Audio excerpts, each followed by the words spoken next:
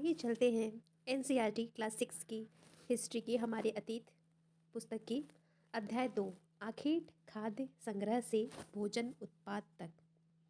आइए चलते हैं इनके बारे में हम पढ़ते हैं। आखेट खाद्य संग्रह से भोजन तक। तुषार की रेल यात्रा। तुषार अपने एक रिश्तेदार की शादी में दिल्ली से चेन्नई जा रहा था। रेल में उसे खिड़की वाली सीट मिल गई जहां से वह बाहर का नज़ारा देखने में मग्न हो गया। तेज दौड़ती गाड़ी से उसने देखा कि पेड़ पौधे, घर, खेत, खलिहान बड़ी तेजी से पीछे की ओर छूटते चले जा रहे थे। तभी उसके चाचा ने उसके कंधे पर हाथ रखकर कहा, पता है, लोगों ने मात्र 150 साल पहले रेल से यात्रा करनी शुरू की थी। बस तो इसके कुछ दशक बाद आई, है ना। बस तो इसके कुछ दशक बाद आई। तुषार सोचने लगा कि जब लोगों के पास आने जाने के लिए तेज रफ्तार वाली सवारियां नहीं थी, तो क्या वे यात्रा ही नहीं करते थे? क्या वे अपनी सारी जिंदगी एक ही जगह पर बिता दिया करते थे?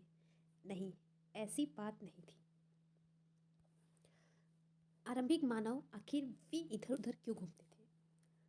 हम उन लोगों के बारे में जानते हैं जो इस उपमहाद्वीप में 20 लाख साल पहले रहा करते थे। इस उपमहाद्वीप में, समझ रहे हैं आप? आज हम उन्हें आखेटक खाद्य संग्राहक के नाम से जानते हैं। भोजन का इंतजाम करने की विधि के आधार पर उन्हें इस नाम से पुकारा जाता है। भोजन का इंतजाम करने की विधि, है ना। आखेटक खाद्य, खाद्य मतलब भोजन, संग्रह मतलब एकत्रित करना। तो आखेटक मैंने बताया था आपको, शिकारी कहते हैं उसे। आमतौर पर खाने के लिए वे जंगली जानवरों का शिकार करते थे, है ना। जंगली जानवर, मछलियाँ और चिड़िया पकड़ते थे। फल फूल, दाने, पौधे, पत्तियाँ, अंडे इकट्ठा किया करते थे। तो आप समझ गए, खाद्य मतलब जंगली जानवर, है ना, मछलियाँ, चिड़िया, फल फूल, दाने, पौधे, पत्तियाँ, अंडे इकट्ठा करते थे। तो संग्राहक, और आखेटक मतलब शिकार। आखेटक खाद्य संग्राहक समुदाय के लोग एक जगह से दूसरी जगह पर घूमते रहते थे। ऐसा करने के कई कारण थे। तो आप बताइए कि ऐसे क्यों आखिर एक जगह से दूसरी जगह पर घूमते थे? तो आइए हम जानते हैं इनके बारे में। पहला कारण यह है कि अगर वे एक ही जगह पर ज़्यादा दिनों तक रहते तो आसपास के पौधों, फलों और जानवरों को खाकर समाप्त कर देते, इसलिए और भोजन की तलाश में इन्हें दूसरी जगहों पर जाना पड़ता था। दूसरा कारण यह है कि जानवर अपने शिकार के लिए या फिर हिरण और मवेशी अपना चारा ढूंढने के लिए एक जगह से दूसरी जगह जाया करते हैं, इसलिए इन जानवरों का शिकार करने वाले लोग भी इनके पीछे पीछे जाया करते होंगे। समझ आई बात? तीसरा कारण पहला कारण ये आप समझ गए। सेकेंड कारण ये है, थर्ड रीज़न, कि पेड़ों और पौधों में फल फूल अलग अलग मौसम में आते हैं, इसलिए लोग उनकी तलाश में उपयुक्त मौसम के अनुसार अन्य इलाकों में घूमते होंगे। समझिए, थर्ड रीज़न।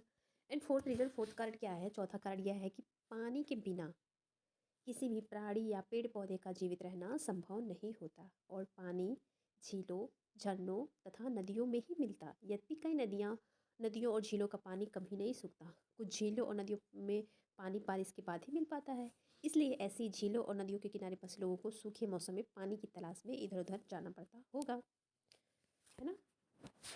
तो आरंभिक मानव के बारे में जानकारी कैसे मिलती है, कैसे आखिर मिलती है इनकी जानकारी कि आरंभिक मानव है कौन, है ना, थे कौन? पुरातत्वविदों को कुछ ऐसी वस्तुएं मिली हैं जिनका निर्माण और उपयोग आखेटक खाद्य संग्राहक किया करते थे। यह संभव है कि लोगों ने अपने काम के लिए पत्थरों, लकड़ियों और हड्डियों के औजार बनाए हों। तो चलिए, आइए हम देखते हैं कि ये औजार कैसे हैं, है ना, किस टाइप के हैं। तो चलिए हम देखते हैं। तो ये देखिए, पत्थरों के औजार है ना, अलग अलग अलग अलग अलग अलग उपयोग के लिए ये इन पत्थरों का उपयोग किया जाता है। इन्हीं में से आकृति आकार में लोग बनाते थे जो आरंभिक मानव थे, ताकि उन्हें आसानी हो। ठीक है। तो आप सभी ने देखा कि यहाँ पे यह संभव है कि लोगों ने अपने काम के लिए पत्थरों, लकड़ियों और हड्डियों के औजार बनाए। ठीक है। पुरातत्वविदों को कुछ ऐसी वस्तुएं मिली हैं जिनका निर्माण और उपयोग आखेटक खाद्य संग्राहक किया करते थे। यह संभव है कि लोगों ने अपने काम के लिए पत्थरों, लकड़ियों और हड्डियों के औजार बनाए हों। इनमें से पत्थरों के औजार आज भी बचे हैं, आज भी सुरक्षित है वो। इनमें से कुछ औजारों का उपयोग फल फूल काटने, हड्डियाँ और मांस काटने तथा पेड़ों की छाल और जानवरों की खाल उतारने के लिए किया जाता था, है ना। हर टाइप्स के होते हैं, हर शेप के होते थे। अभी मैंने आपको पिक्चर्स में दिखाया, कुछ के साथ हड्डियों या लकड़ियों के मट्ठे लगाकर भाले और बाण जैसे हथियार बनाए जाते थे। कुछ औजारों से लकड़ियाँ काटी जाती थी। लकड़ियों का उपयोग ईंधन के साथ-साथ झोपड़ियों और औजार बनाने के लिए भी किया जाता था। पत्थरों के औजारों का उपयोग अब देखिए पत्थरों के औजारों का उपयोग जो लेफ्ट है, बाएँ हैं ये इंसान के खाने योग्य जड़ों को खोदने के लिए किया जाता था। इसकी ऐसी शेप बनी है ना? तो इसको जो जड़ें हैं, जड़ों को खोदने के लिए किया जाता था। जो राइट साइड में है, वो देखिए जानवरों को खाल से बने वस्त्रों को सिलने के लिए किया जाता था। है ना? जानवरों की खाल निकालते थे तो वस्त्रों को सिलने के लिए अब सिलेंगे कैसे? उस समय तो धागों का आविष्कार हुआ नहीं था। तो जो पेड़-पौधे होते हैं ना, उसमें से जो रेशे निकलते हैं, रेशों से ये जानवरों की खाल निकाल कर के और फिर उससे सिलते थे ताकि ये ठंड से, बरसात से बच सके। रहने की जगह निर्धारित करना। मानचित्र 2 को देखो, लाल त्रिकोण वाले वे पूरा स्थल हैं, लाल त्रिकोण वाले स्थान वे पूरा स्थल है, जहाँ पर आखिर तक खाद्य संग्राहकों के होने के प्रमाण मिले हैं। पूरा स्थल, ये शब्द आई है। पूरा स्थल क्या होता है? पूरा स्थल उस स्थान को कहते हैं जहाँ औजार, बर्तन और इमारतों जैसी वस्तुओं के अवशेष मिलते हैं। फिर से सुनिए, पूरा स्थल उस स्थान को कहते हैं जहाँ औजार, बर्तन और इमारतों जैसी वस्तुओं के अवशेष मिलते हैं। ऐसी वस्तुओं का निर्माण लोगों ने अपने काम के लिए किया था और बाद में वे उन्हें वहीं छोड़ गए। ये जमीन के ऊपर, अंदर, कभी-कभी समुद्र और नदी के तल में भी पाए जाते हैं। ठीक है? इनके अलावा भी और कई स्थानों पर आखेटक खाद्य संग्राहक रहते थे। मानचित्र में सिर्फ कुछ गिने चुने स्थान ही चिन्हित किए गए हैं। कई पुरास्थल नदियों और झीलों के किनारे पाए गए हैं। अब देखिए इसमें ये लाल त्रिकोण वाले स्थान, ठीक है, उन्हें देखते हैं। पहली है कुरनुल की गुफाएं और भीमबेटका। आपको दिख रहा है यहाँ पे, ये देखिए कुरनुल गुफाएं और है आपका भीमबेटका है यहाँ पर। तो चलिए हम देखते हैं मैप में है कहाँ ये, कैसा है ये। ओके, ये देखिए, ये है कुरनुल। कुरनुल है कहाँ? आंध्र प्रदेश में। आपको ये दिख रहा है, यहाँ पर तेलंगाना है और ये आंध्र प्रदेश में कुरनुल है। अब यहीं पे कुरनुल की गुफाएं हैं।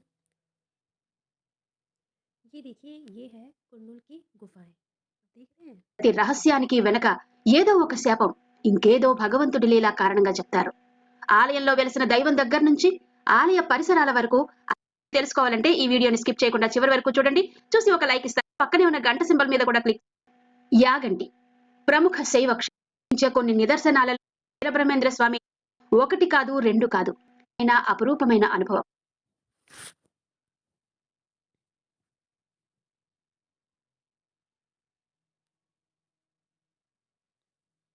ये देखिए मेलम केव्स, बुद्धा स्टेचू, ये आंध्र प्रदेश में स्थित है।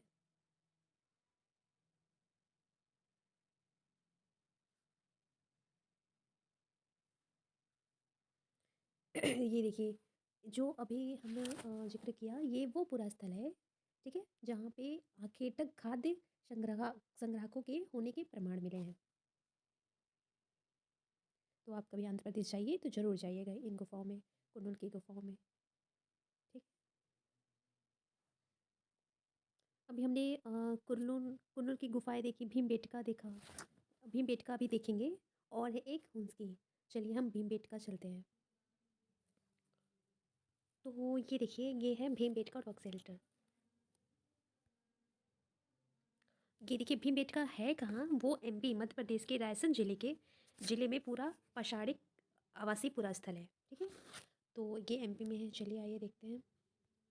ये देखिए, ये है ना, ये इन्हीं सब खोजों से पता चला कि जो आखेटक खाद्य संग्राहक कहाँ रहते थे। ये देखिए, ये चित्र बने हैं, है ना, इसमें ये देखिए आपको दिख रहा होगा। ये देखिए, ये आदि मानव समय के चित्र हैं। उन्होंने गुफाओं में ये लोग रहते थे। चित्र आरंभिक मानव, है ना, चित्र छोड़ के चले गए यहाँ पे। देखिए गुफाओं में इन्होंने बनाया है। ये देखिए, यह है भीमबेटका। ये देखिए, इन गुफाओं में वो रहते थे।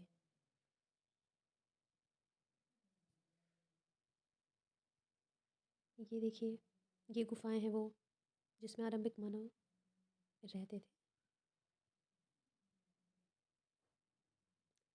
अब देखिए, ये होसंगी, ये भी एक प्राचीन स्थल है, पूरा स्थल है। तो देखिए होसंगी, ये कर्नाटक में स्थित है। देख रहे हैं आप? तो आप लोग इसको ज़रूर आप लोग याद रखिएगा। कौन-कौन सी कुन्नुल की गुफ़ाएँ, भीमबेटका, है ना? संगे ये कहाँ पे लोकेटेड है, कहाँ अब देखिए ये चूँकि पत्थर के उपकरण बहुत महत्वपूर्ण थे, इसलिए लोग ऐसी जगह ढूँढते रहते थे जहाँ अच्छे पत्थर मिल सके, है ना? पत्थरों का उपयोग तो बहुत ज़रूरी था उस टाइम। पत्थरों का, पेड़-पौधों का, पानी का, नदी, नर्मदा घाटी है ना, वहाँ पे सबसे प्राचीन मानव रहते थे वहाँ पे, है ना? ये मैंने पहले के चैप्टर में पढ़ा चुके हैं हम। अब देखिए ये है शैल चित्रकला। इनसे हमें क्या पता चलता है? शैल मतलब पत्थर। एक शैल चित्र, इस चित्र के बारे में बताओ। जिन गुफाओं में लोग रहते थे उनमें से कुछ की दीवारों पर चित्र मिले हैं। इसमें कुछ सुंदर उदाहरण मध्य प्रदेश और दक्षिणी उत्तर प्रदेश की गुफाओं से मिले चित्र हैं। इसमें जंगली जानवरों की बड़ी कुशलता से सजीव चित्रण किया गया है ना? ये इंसान है, मानव है, ये जानवरों का शिकार कर रहे हैं। तो ऐसे ही मानव चित्रकारी किया करते थे, गुफाओं में उन्होंने चित्रकारी की है। तो इससे हमें उनके बारे में ज्ञात होता है। उस पुरा स्थल के बारे में रिसर्च करने से यही पता चलता है कि आदि मानव जो थे, प्राचीन मानव, वो कैसे रहा करते थे। ये देखिए भीमबेटका आधुनिक एमपी। इस पुरा स्थल पर गुफाएं व कंदराएं मिली हैं। लोग इन गुफाओं में इसलिए रहते थे क्योंकि यहाँ उन्हें बारिश, धूप और हवाओं से राहत मिलती थी। ये गुफाएं कहाँ हैं? नर्मदा घाटी के पास है ना? अभी मैंने आपको बताया था फर्स्ट चैप्टर में, नर्मदा नदी कहाँ से निकलती है? अमरकंटक की पहाड़ियों से निकलती है, मैंने बताया था आपको। और कहाँ पर जल गिराती है? तो कहाँ पे? खंबात की खाड़ी में, है ना? क्या तुम बता सकते हो कि रहने के लिए लोगों ने यह जगह क्यों चुनी होगी? तो आप लोग बता सकते हैं। क्यों? भाई पत्थरों का था, यहाँ पे वो रह सकते थे, बारिश से, ठंड से बच सकते थे। अब पूरा स्थल जो कि मैंने आपको हम बता चुके हैं आपको पूरा स्थल के बारे में, कि पूरा स्थल उस स्थान को कहते हैं जहाँ औजार, बर्तन और इमारतों जैसी वस्तुओं के अवशेष मिलते हैं। ऐसी वस्तुओं का निर्माण लोगों ने अपने काम के लिए किया था और बाद में वे उन्हें वहीं छोड़ गए। ये ज़मीन के ऊपर, अंदर, कभी-कभी समुद्र और नदी के तल में भी पाए जाते हैं। इन पुरास्थलों के बारे में आपको अगले अध्याय में बताया जाएगा। आग की खोज। मानचित्र 2 में कुन्नुल गुफा ढूँढो। अभी मैंने बताया था कुन्नुल गुफा आंध्र प्रदेश में है ना? देखा था आपने। तो यहाँ राख के अवशेष मिले हैं। ये तो क्वेश्चन बहुत इंपॉर्टेंट हुआ कि राख के अवशेष कहाँ मिले हैं? आप एनसीईआरटी बहुत इंपॉर्टेंट होती है, खासकर जो लोग यूपीएससी की एग्ज़ाम देते हैं, है ना? सिविल सर्विसेज की एग्ज़ाम देते हैं, उनमें से डायरेक्ट क्वेश्चन पूछा जाता है। इसलिए जब भी पढ़िए तो एकदम डिटेल में पढ़िए, है ना? एक-एक शब्द बहुत इंपॉर्टेंट है। तो देखिए कुन्नुल गुफा ढूँढो, यहाँ राख के अवशेष मिले हैं। अब यूपीएससी में क्वेश्चन पूछ दे और कि कहाँ पे राख के अवशेष मिले हैं, है ना? इतनी सारी डिटेलिंग वो सिर्फ एनसीईआरटी है, इसलिए सभी लोग एनसीईआरटी ज़रूर पढ़ें। बेसिक आपका बेसिक भी अच्छा होगा और कॉन्सेप्ट भी क्लियर होगा। इसका मतलब यह है कि आरंभिक लोग आग जलाना सीख गए थे। आग का इस्तेमाल कई कार्यों के लिए किया गया होगा, जैसे प्रकाश के लिए, मांस भूनने के लिए और खतरनाक जानवरों को दूर भगाने के लिए करते हैं। आज हम आग का उपयोग किस लिए करते हैं? भाई आज तो बहुत ज़रूरी होता है, हर चीज़ के लिए उपयोग है ही, आग के बिना जीवन ही नहीं है। नाम और तिथियाँ। हम जिस काल के बारे में पढ़ रहे हैं, पुरातत्वविदों ने उनके बड़े बड़े नाम रखे हैं। आरंभिक काल को वे पूरा पाषाण काल कहते हैं। ये दो शब्दों, पूरा मतलब प्राचीन, पाषाण मतलब पत्थर, है ना? तो पूरा पाषाण आखिर शब्द क्यों रखा गया है? पूरा मतलब प्राचीन, पाषाण यानी पत्थर से बना है। यह नाम पूरा स्थलों से प्राप्त पत्थर के औजारों के महत्व को बताता है ना? पत्थरों का उस समय बहुत महत्वपूर्ण उपयोग था, बहुत ही ज़रूरी था। तरह तरह के पत्थरों की खोज की जाती थी, लोग, है ना, ढूंढते थे इधर से उधर जा करके अच्छे पत्थर कहाँ मिले। पूरा पाषाण काल 20 लाख साल पहले से 12,000 साल पहले तक के दौरान को माना जाता है। अब समझ रहे हैं? पूरा पाषाण मतलब आज से 20 लाख साल पहले, है ना? 20 लाख से ले करके 12,000, है ना? 12,000 के बीच के पहले का, है ना? इसके ड्यूरेशन के बीच में ये काल माना जाता है। 20 लाख साल पहले से लेके 12,000 साल पहले तक के दौरान माना जाता है। इस काल को भी 3 भागों में विभाजित किया गया है: आरंभिक, मध्य एवं उत्तर पूरा पाषाण युग। मानव इतिहास की लगभग 99% कहानी इसी काल के दौरान घटित हुई। कौन से काल के दौरान? पूरा पाषाण। जिस काल में हमें पर्यावरणीय बदलाव मिले हैं उसे मेसोलिथ यानी मध्य पाषाण युग कहते हैं। आप इसे नोट डाउन भी कर सकते हैं। कि हमें पर्यावरणीय बदलाव कौन सी काल में मिले हैं, तो मेसोलिथ यानी मध्य पाषाण युग। इसका समय लगभग 12,000 साल पहले से लेकर 10,000 साल पहले तक माना गया है। ठीक है। पूरा पाषाण पूरा पाषाण काल जो था वो 20 लाख साल पहले से लेकर 12,000 साल पहले तक को माना गया है ना। मेसोलिथ मध्य पाषाण युग, इसका समय 12,000 साल पहले से लेकर 10,000 साल पहले तक माना गया है। इस काल के पाषाण इस काल के पाषाण और औजार आमतौर पर बहुत छोटे होते थे। इन्हें माइक्रोलिथ यानी लघु पाषाण कहा जाता है। प्राय इन औजारों में हड्डियों या लकड़ियों के मुट्ठे लगे हंसिया और आरी जैसे औजार मिलते थे। साथ साथ पूरा पाषाण युग वाले औजार भी इस दौरान बनाए जाते रहे, है ना। जिस काल में हमें पर्यावरणीय बदलाव मिलते हैं उसे क्या कहते हैं, मध्य पाषाण युग। 12,000 से 10,000 साल पहले तक माना जाता है। तो ये अब आपसे क्वेश्चन पूछेगा एग्जाम में कि इसके जो हथियार थे, औजार थे, वो बड़े थे या छोटे थे। ऐसे दे देगा कि बड़े बड़े औजारों का इस्तेमाल मध्य पाषाण काल में होता था, नहीं, रॉन्ग है, छोटे। इन्हें माइक्रोलिथ मतलब लघु पाषाण कहा जाता है और इन पे मुट्ठे लगे होते थे। अगले युग की शुरुआत लगभग 10,000 साल पहले से होती है। इसे नवपाषाण युग कहा जाता है। हमने कुछ स्थानों के नाम दिए हैं, अगले अध्यायों में तुम्हें ऐसे अनेक नाम मिलेंगे।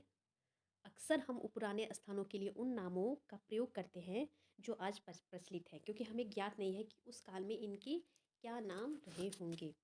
ठीक है, तो आप लोग कंफ्यूज मत होइएगा। इसमें आप लोग देख लीजिएगा, पाषाण काल, पूरा पाषाण काल, मध्य पाषाण काल और नवपाषाण काल। इसका जो टाइम ड्यूरेशन है वो है आपका 20 लाख साल पहले से लेके 12,000 साल पहले तक पूरा पाषाण, मध्य पाषाण 12,000 से 10,000 और नवपाषाण काल 10,000 साल पहले से होती है, लगभग 10,000, है ना। अगले युग की शुरुआत, तो बदलती जलवायु। लगभग 12,000 साल पहले दुनिया की जलवायु में बड़े बदलाव आए। 12,000 साल पहले बदलाव आए, समझ रहे हैं आप। अभी आपको हम ले चलते हैं। ये देखिए मध्य पाषाण युग, इसका समय लगभग 12,000 साल पहले से लेकर 10,000 साल पहले। क्यों, पर्यावरणीय बदलाव मिलते हैं, वही आगे मेंशन है। देखिए 12,000 साल पहले दुनिया की जलवायु में बड़े बदलाव आए और गर्मी बढ़ने लगी, है ना। इसके परिणाम स्वरूप कई क्षेत्रों में घास वाले मैदान बनने लगे। इससे हिरण, बारहसिंगा, भेड़, बकरी और गाय जैसे उन जानवरों की संख्या बढ़ी जो घास खाकर जिंदा रह सकते हैं। घास, भाई गर्मी बढ़ेगी, है ना, धूप मिलेगा तो घास, है ना। सवाना घास कहाँ पाया जाता है, अफ्रीका में। वो ऐसा क्षेत्र है, वो उष्णकटिबंधीय क्षेत्र है, वहाँ पर तीनों रेखाएं गुजरती है। कौन सी, भूमध्य रेखा, ठीक है, और आपकी कर्क रेखा और मकर रेखा, तीनों रेखाएं गुजरती हैं। वहाँ पे सवाना घास के मैदाने हैं, सबसे बड़ी है, सबसे बड़ी। तो अब जहाँ गर्मी होगी वहाँ घास के मैदान होंगे, जब घास होगी तो जानवर जो घास खाते हैं उनकी संख्या भी बढ़ेगी। जो लोग इन जानवरों का शिकार करते थे वे भी इनके पीछे आए और उनके खाने पीने की आदतों और प्रजनन के समय की जानकारी हासिल करने लगे, जो लोग इन जानवरों का शिकार करते थे। हो सकता है कि तब लोग इन जानवरों को पकड़कर अपनी ज़रूरत के अनुसार पालने की बात सोचने लगे हैं। साथ ही इस काल में मछली भी भोजन का महत्वपूर्ण स्रोत बन गई। खेती और पशुपालन की शुरुआत। अब हम देखेंगे खेती और पशुपालन कब शुरू हुआ था। इस दौरान उपमहाद्वीप के भिन्न भिन्न इलाकों में गेहूँ, जौ और धान जैसे अनाज प्राकृतिक रूप से उगने लगे थे। देखिए कि क्या सोचने वाली बात है कि भिन्न भिन्न इलाकों में प्राकृतिक रूप से उगने लगे थे, क्या, गेहूँ, जौ और धान। शायद महिलाओं, पुरुषों और बच्चों ने इन अनाजों को भोजन के लिए बटोरना शुरू कर दिया होगा। साथ ही वे यह भी सीखने लगे होंगे कि यह अनाज कहाँ उगते हैं और कब पक कर तैयार होते थे। ऐसा करते करते लोगों ने इन अनाजों को खुद पैदा करना सीख लिया होगा। इस प्रकार धीरे धीरे वे कृषक बन गए। इस तरह इस तरह लोगों ने अपने घरों के आसपास चारा रखकर जानवरों को आकर्षित कर उन्हें पालतू बनाया होगा। सबसे पहले जिस जंगली जानवर को पालतू बनाया गया वह कुत्ते का जंगली पूर्वज था। ये क्वेश्चन आप लोग एग्जाम में पूछ सकता है कि सबसे पहले कौन से जंगली जानवर को पालतू बनाया गया था, वह कुत्ते का जंगली पूर्वज था। धीरे धीरे लोग भेड़, बकरी, गाय और सुअर जैसे जानवरों को अपने घरों के नज़दीक आने को उत्साहित करने लगे। ऐसे जानवर झुंड में रहते थे और ज़्यादातर घास खाते थे। अक्सर लोग अन्य जंगली जानवरों के आक्रमण से इनकी सुरक्षा किया करते थे और इस तरह धीरे धीरे वे पशुपालक बन गए, पशुओं को पालने वाले बन गए। ठीक है, अब इसमें पूछा है कि क्या तुम बता सकती हो कि सबसे पहले कुत्तों को ही पालतू क्यों बनाया गया? आप सब बताइए क्यों बनाया गया होगा? कोई तो बात रही होगी कि बहुत सारे जानवर थे उस समय, तो कुत्तों को ही पालतू क्यों बनाया गया? देखिए मेरे अकॉर्डिंग तो इसका एक कारण ये भी है कि कुत्तों को सूंघने की क्षमता बहुत ज़्यादा है। और जैसे ही कोई जंगली जानवर उनके पास आता है तो वो भौंकते हैं, तेज़ी से अलर्ट करते हैं। तो शायद इसी वजह से इंसानों ने इन्हें पालतू बनाना शुरू कर दिया, क्योंकि वो गुफाओं में रहते थे और जंगली जानवरों से भय भी था उन्हें। तो वो भी तुरंत भौंकना शुरू कर देते थे, जिससे वो अपनी जान भी बचा सकें, या उन्हें शिकार करना हो तो कुत्तों को अपने साथ ले जाते थे, ताकि उन्हें आभास हो जाए कि कोई जंगली जानवर आसपास है, तो भौंकना शुरू कर दे, है ना, इंडिकेशन दे, तो जिससे वो शिकार भी कर सके। तो शायद यही कारण भी हो सकता है। बसने की प्रक्रिया, लोगों द्वारा पौधे उगाने और जानवरों की देखभाल करने को बसने की प्रक्रिया का नाम दिया गया है। अपनाए गए ये पौधे तथा जानवर अक्सर पौधों तथा जानवरों से भिन्न होते हैं। इसकी वजह यह है कि बसने की प्रक्रिया की दिशा में अपनाए गए पौधों या जानवरों का लोग चयन करते हैं। उदाहरण के तौर पर लोग उन्हीं पौधों तथा जानवरों का चयन करते हैं जिनके बीमार होने की संभावना कम हो। यही नहीं, लोग उन्हीं पौधों को चुनते हैं जिससे बड़े दाने वाले अनाज पैदा होते हैं, साथ ही जिनकी मजबूत डंठल अनाज के पके दानों के भार को संभाल सके। ऐसे पौधों के बीजों को संभाल कर रखा जाता है ताकि फिर से उगाने के लिए उनके गुण सुरक्षित रह सके। उन्हीं जानवरों को आगे प्रजनन के लिए चुना जाता है जो आमतौर पर अहिंसक होते हैं। इसलिए हम देखते हैं कि पाले गए जानवर तथा कृषि के लिए अपनाए गए पौधे जंगली जानवरों तथा पौधों से भी धीरे धीरे भिन्न होते गए। मिसाल के तौर पर जंगली जानवरों की तुलना में पालतू जानवरों के दांत और सींग छोटे होते गए। ये देखिए, ये दोनों है ना, इन दांतों को देखो, इनमें से कौन सा जंगली सुअर का है और कौन सा पालतू सुअर का है, तो आप लोग देख सकते हैं। छोटे छोटे दांत है तो पालतू सुअर का है, बड़े दांत है तो जंगली सुअर का है। बसने की प्रक्रिया बसने की प्रक्रिया पूरी दुनिया में धीरे धीरे चलती रही। यह करीब 12,000 साल पहले शुरू हुई। वास्तव में आज हम जो भोजन करते हैं वो इसी बसने की प्रक्रिया की वजह से है ना। कृषि के लिए अपनाई गई सबसे प्राचीन फसलों में गेहूँ तथा जौ आते हैं। कौन आता है? गेहूँ तथा जौ। उसी तरह सबसे पालतू बनाए गए जानवरों में कुत्ते के बाद भेड़ बकरी आते हैं। कुत्ते के बाद भेड़ बकरी आते हैं। भेड़ बकरी कम अहिंसक होते हैं, है ना। इनसे हमें ऊन प्राप्त होता है, दूध प्राप्त होता है, इसलिए ये पालतू बनाए गए। एक नवीन जीवन शैली। तुम किसी पौधे के बीज को बोकर देखो, तुम पाओगे कि इसे विकसित होने में कुछ वक्त लगता है।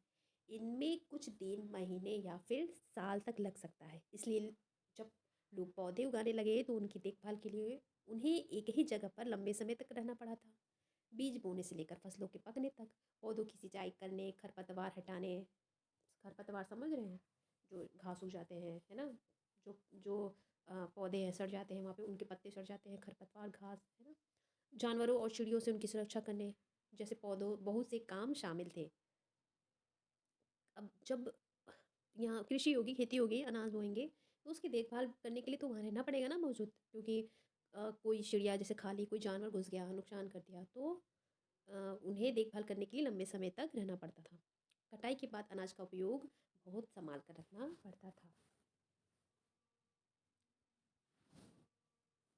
अनाज के उपयोग बीज के रूप में, खाद के रूप में, उपहार के रूप में, भंडारण के रूप में। भंडारण मतलब एकत्रित करना, इकट्ठा करना, सुरक्षित करना, है ना, काफ़ी समय के लिए, ताकि हम इनका उपयोग कर सकें।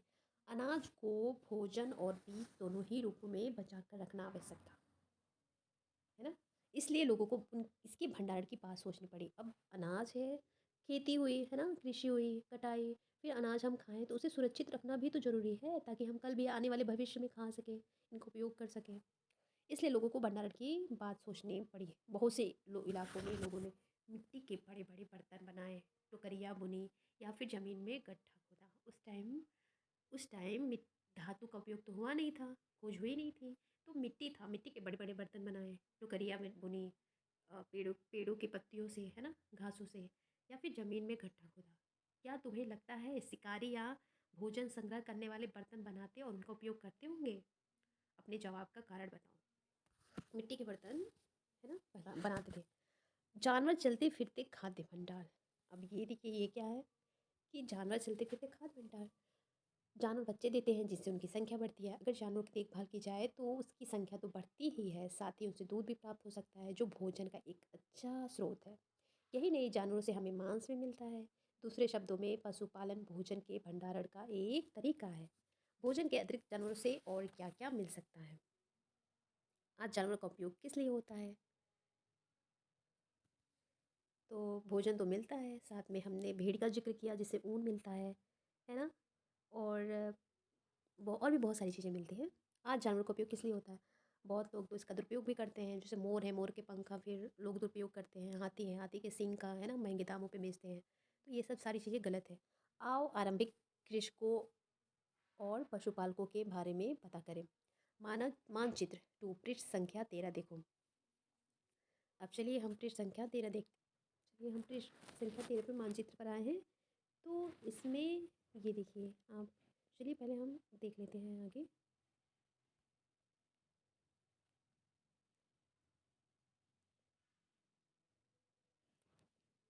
यहाँ पे मानचित्र 2 पृष्ठ संख्या 13 देखो। क्या तुम्हें कई नीले वर्ग दिख रहे हैं? पता है इनमें से प्रत्येक बिंदु उस जगह को दर्शाता है जहाँ पुरातत्वविदों को शुरुआती कृषकों और पशुपालकों के होने के साक्ष्य मिले हैं, सबूत मिले हैं कि वो कृषि थे, पशुपालक थे। तो हम चलिए मानचित्र पर चलते हैं फिर। देखिए काफ़ी इसे जूम आउट करना।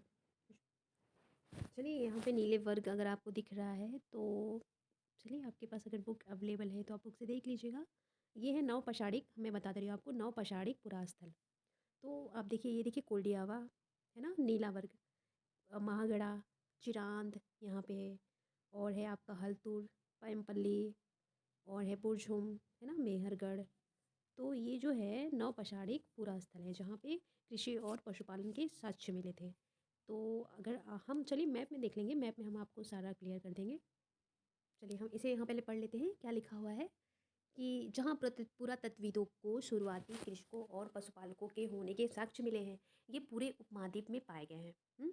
इनमें सबसे महत्वपूर्ण पश्चिमोत्तर है ना क्षेत्र में, आधुनिक कश्मीर में और पूर्वी तथा दक्षिण भारत में पाए गए हैं। ये तो बहुत इंपॉर्टेंट है कि कहाँ पे है कृषि और पशुपालकों के साक्ष्य मिले हैं।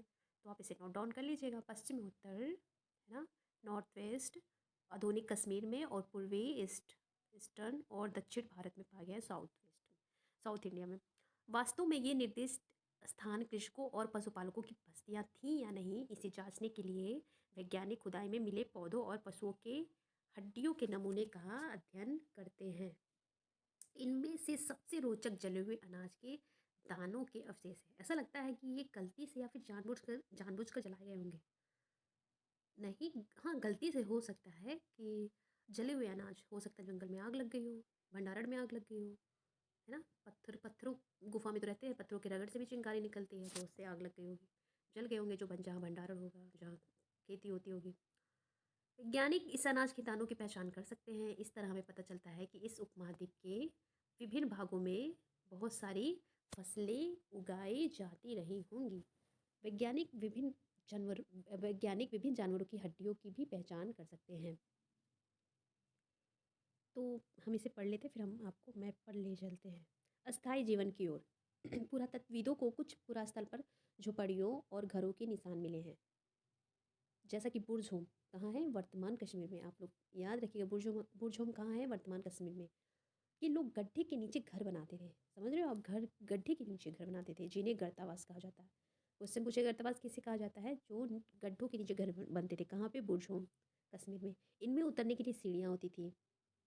आजकल तो अंडरग्राउंड होते हैं घर, वैसे ही था कुछ। इससे उन्हें ठंड के मौसम में सुरक्षा मिलती होंगी। पुरातत्वविदों को झोपड़ियों के अंदर और बाहर दोनों ही स्थानों पर आग जलाने की जगह मिली है। ऐसा लगता है कि लोग मौसम के अनुसार घर के अंदर या बाहर खाना पकाते होंगे। एक गर्तावास का चित्र बनाओ। तो चलिए हम आपको पहले मैप पर ले चलते हैं। आओ आरंभिक कृषकों और पशुपालकों के बारे में पता करें। तो मानचित्र 2, अभी हम चलते हैं मानचित्र पर। तो इसमें देखिए लिखा है, क्या तुम्हें कई नीले वर्ग दिख रहे हैं? पता है इनमें से प्रत्येक बिंदु उस जगह को दर्शाता है जहाँ पुरातत्वविदों को शुरुआती कृषकों और पशुपालकों के होने के साक्ष्य मिले हैं। कृषकों और पशुपालकों के होने के साक्ष्य मिले हैं। ये पूरे उपमहाद्वीप में पाए गए हैं। तो हम चलिए मैप में चलते हैं। ये देखिए नीले हैं ये देखिए बुरझोम, है ना। ये लिखा है नौपषाणिक, नौ नौ नौपषाणिक पूरा स्थल। जो लिखा है यहाँ पे, तो हम देखते हैं ये कहाँ पे है। पूरे उपमहाद्वीप में, ये पूरा उपमहाद्वीप है। हम इसमें देखते हैं बुरजोम, चिरांद, कोल्डियाहवा, महागड़ा, हल्लूर, पयमपल्ली, और है यहाँ दाउजली हेडिंग, दिख रहा है आपको दाउजली हेडिंग, और है यहाँ पे है आपका मेहरगढ़। तो अब हम चलते हैं आपको मैप में, गूगल अर्थ मैप पे लिख के डायरेक्ट हम आपको दिखाते हैं। चलिए ये देखिए, ये है बुर्ज होम। पहले हम इसमें देख लेते हैं। ये आप देख रहे हो, ये श्रीनगर में है। ये देखिए, ये यहाँ पे पुरातत्वविदों को शुरुआती कृषक और पशुपालन के साक्ष्य मिले थे। आप भी मैप में देख सकते हो। तो हम देखिए, ये बुर्ज होम कहाँ पे है, श्रीनगर में है। देखिए श्रीनगर है ना, जम्मू कश्मीर में, देखिए देखिए, ठीक है। और हम चलते हैं फिर मेहरगढ़। चलिए अब हम मेहरगढ़ चलते हैं, पाकिस्तान में है जो। ये देखिए, ये देखिए, ये है मेहरगढ़। ये हम पिक्चर में देखते हैं, है ना। यहाँ पे लिखा आर्कियोलॉजी साइट इन पाकिस्तान। ये देखिए, ये यहाँ पे पुरातत्वविदों को कृषि और पशुपालक के साक्ष्य मिले थे। ये देखिए, अभी तक गवर्नमेंट ने इसे सेव करके रखा है। ये देखिए आप, है ना, प्राचीन काल के ये सारे नगर हैं। और हम देख लेते हैं ये लोकेटेड कहाँ पे है, मेहरगढ़। ये देखिए आप,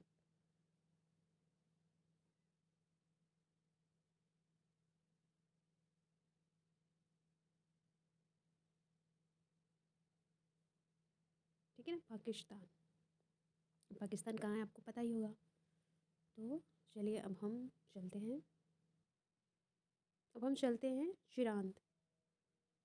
चिरांद चलते हैं। चिरांद कहाँ है, ये देखिए बिहार, बिहार के पास है ये। देखिए दिख रहा है ऐसे, मैप मैप के थ्रू अगर आप देखेंगे तो आपको बहुत अच्छे से समझ आएगा। इसमें एक ही पिक्चर है। ये देखिए चिरांद है कहाँ पे, बिहार में लोकेटेड है ये। देखो आप, ये देखिए गंगा नदी, छपरा, पटना। चलिए अब, तो हमने देखा बुरजोम श्रीनगर में है, और ये जो मेहरगढ़ अभी देखा पाकिस्तान में है। उसके बाद ये कोल्डियावा और महागड़ा। कोल्डियावा उत्तर प्रदेश में है, महागड़ा भी उत्तर प्रदेश में है। ये देवघाट गांव है, ये प्रयागराज के पास, देवघाट गांव के पास बेलन नदी की घाटी है। तो उसी के पास स्थित है कोल्डियावा। और जो मेहरगढ़ है वो बेलन नदी के विपरीत किनारों पर है दोनों। जो अब देखिए बेलन नदी कहाँ है, बेलन नदी, तो बेलन नदी उत्तर प्रदेश के सोनभद्र जिले से निकल करके बेलन नदी जाती है मिर्ज़ापुर होते हुए इलाहाबाद में टोंस नदी में मिल जाती है। और टोंस नदी है वो गंगा की सहायक नदी है। तो चलिए हम देखते हैं बेलन रिवर। ये है बेलन रिवर। ये देखिए, ये है बेलन रिवर। ये जो है, ये देखिए बेलन रिवर है ये। तो ये बेलन रिवर जो है वो सोनभद्र से निकल करके इलाहाबाद में टोंस नदी से मिल जाती है। और आपका जो कृषि के साक्ष्य और है ना, कोल्डियावा और मेहरगढ़ है। तो फिर अब देखिए, ये यहाँ पे हल्लूर है, ये कर्नाटक में है। ये देखिए यहाँ पे हल्लूर है, कर्नाटक में है। पयमपल्ली ये तमिलनाडु में है स्थित। चिरांद है, आपको दिखाया था, बिहार में है। और जो ये दार्जिलिंग हेडिंग ये आसाम में है स्थित है, ठीक है। इसमें है, अब यहाँ तक तो हम पढ़ चुके थे, मौसम के अनुसार घर के अंदर या बाहर खाना पकाते होंगे। एक गर्तावास का चित्र बनाओ। गर्तावास जो समझ रहे हैं, अंडरग्राउंड है ना, घर होते हैं। बहुत सारी जगहों से पत्थर के औजार भी मिले हैं। इनमें से कई ऐसे हैं जो पूरा पाषाण युगीन उपकरण से भिन्न हैं। पूरा मतलब प्राचीन, पूरा पहले, पाषाण मतलब पत्थर, है ना, उपकरणों से भिन्न है, इसलिए इन्हें नवपाषाण युग का माना गया है।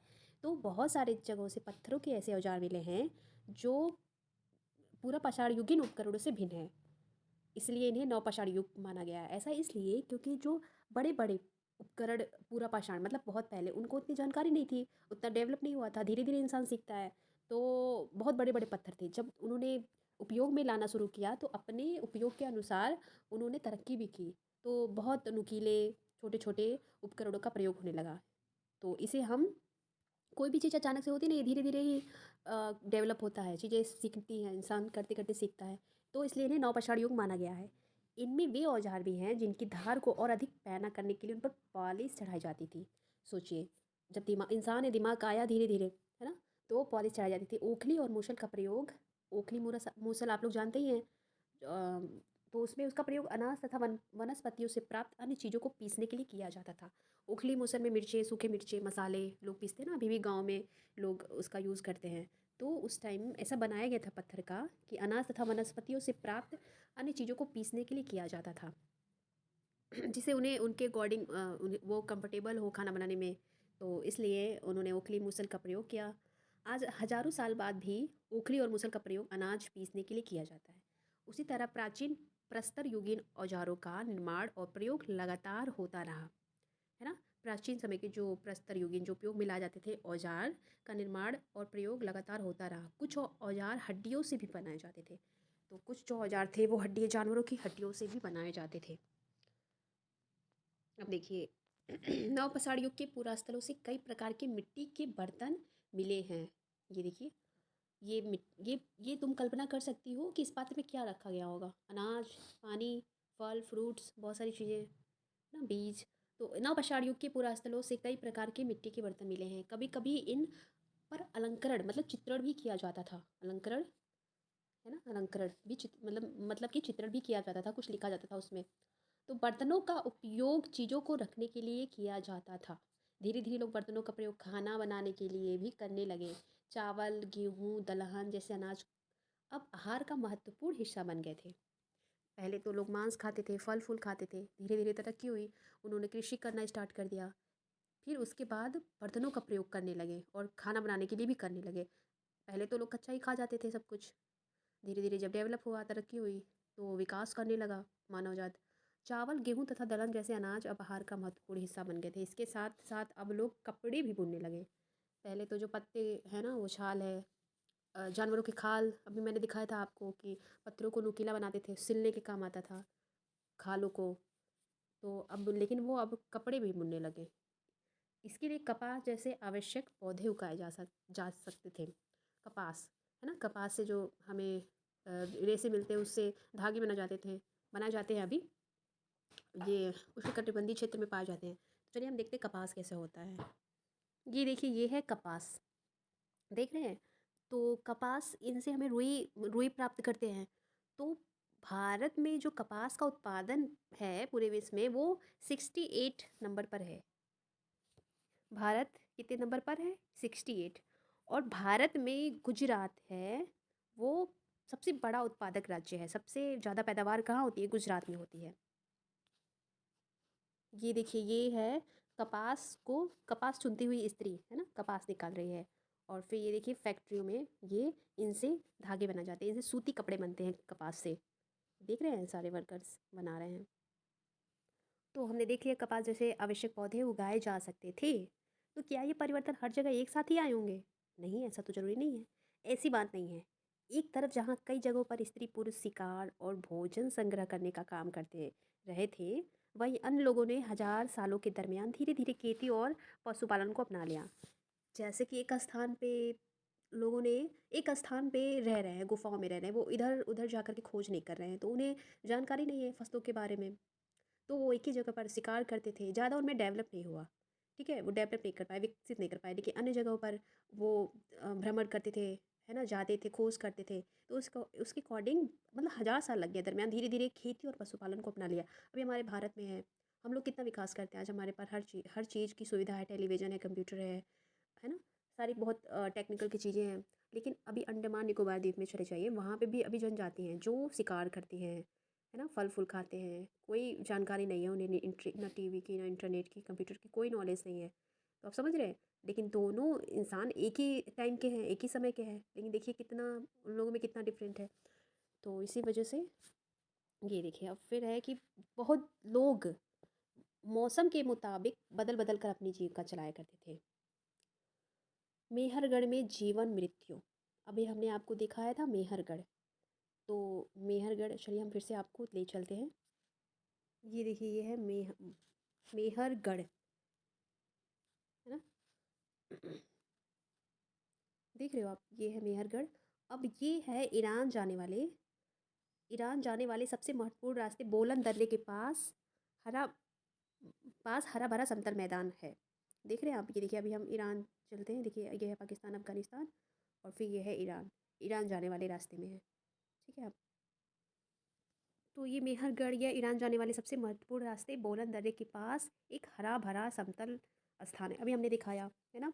तो मेहरगढ़ जो है वो एक्चुअल में पाकिस्तान के बलूचिस्तान में बोलन नदी के किनारे स्थित है, बोलन दर्रे के पास है ना। एक हरा भरा समतल स्थान है।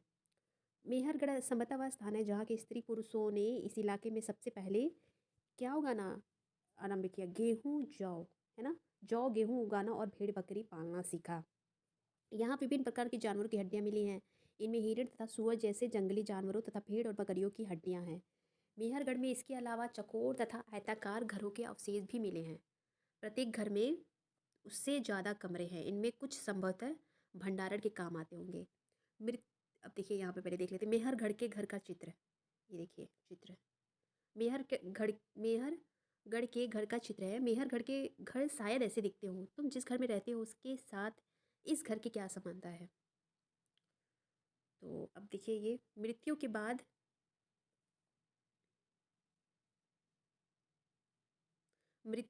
सामान्यतः मृतक के सगी संबंधी उसके प्रति सम्मान जताते हैं। लोगों की आस्था है मृत्यु के बाद भी जीवन होता है, इसलिए कब्रों में मृतकों के साथ कुछ सामान भी रखे जाते थे। समझ रहे हैं, कब्र है तो मृतकों के साथ कुछ सामान भी रखे जाते थे। आइए हम देखते हैं। मेहरगढ़ में ऐसी कई कब्रें मिली हैं। मेहरगढ़ में ऐसी कई कब्रें मिली हैं। एक कब्र में एक मृतक के साथ एक बकरी को भी दफनाया गया था। ये देखिए, ये है कंकाल, है ना। ये है बकरी का कंकाल, ये है मनुष्य का कंकाल। तो इसमें है कि कहाँ पे, ये क्वेश्चन यही बनता है किस जगह पे। तो ये देखिए मेहरगढ़ में सबसे पहले ये पाया गया था। मेहरगढ़ में ऐसी कई कब्रें मिली हैं।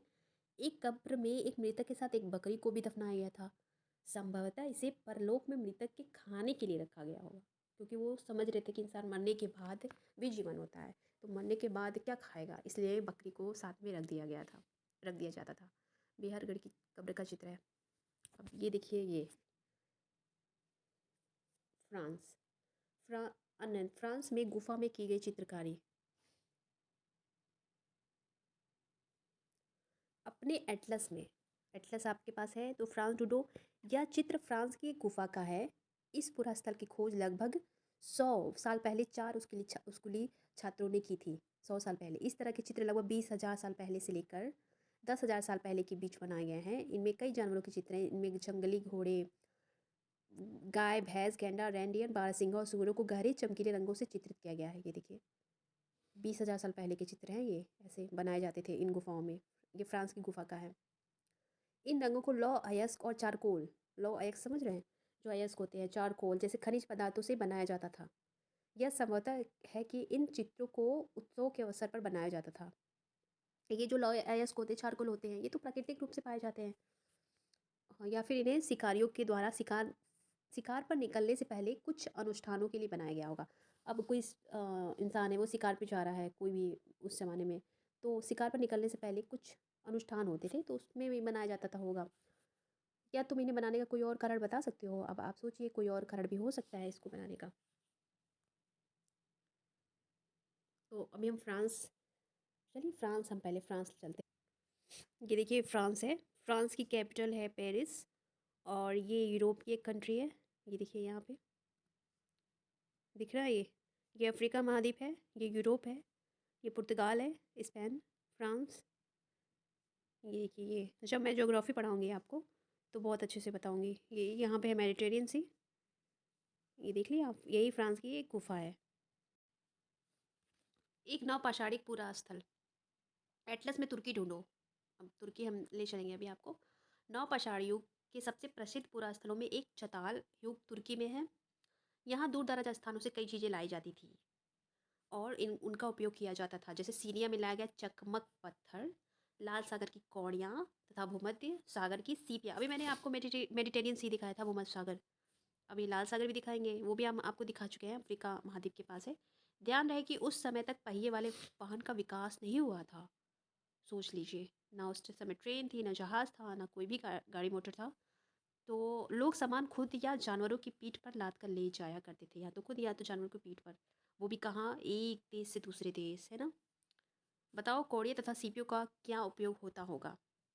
चलिए हम चलते हैं टर्की। देखिए ये फ्रांस है, यूरोप है। अब हम टर्की चलेंगे। ये देखिए, ये हम आ गए यहाँ एशिया महाद्वीप में। टर्की, है ना, तुर्की। ये देखिए मेडिटेरियन सी है, ये अफ्रीका महाद्वीप के ऊपर है। भूमध्य सागर, और ये है लाल सागर। ये देखिए यहाँ पे है इथोपिया, इजिप्ट, जिबूती, सऊदी अरब, है ना। ये देखिए रेड सी है, और यहाँ पे अरेबियन सी है। यहाँ पे हमारा इंडिया उपमहाद्वीप है, और यहाँ पे है आपका जॉर्जिया, टर्की।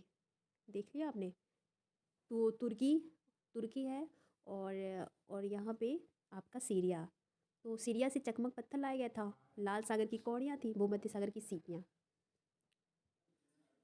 चलिए हम क्वेश्चन देख लेते हैं। आखेटक खाद्य संग्राहक गुफाओं में इसलिए रहते थे क्योंकि, तो क्यों रहते थे, क्योंकि उन्हें बारिश, धूप और हवाओं से राहत मिलती थी। तो बारिश, है ना, धूप और हवाओं से राहत मिलती थी। घास वाले मैदानों का विकास लगभग 12,000 साल पहले हुआ, है ना। 12,000 साल पहले दुनिया की जलवायु में बहुत बड़े बदलाव आए, तब घास वाले मैदानों का विकास हुआ था 12 के साल पहले। ओके, चलिए ठीक है।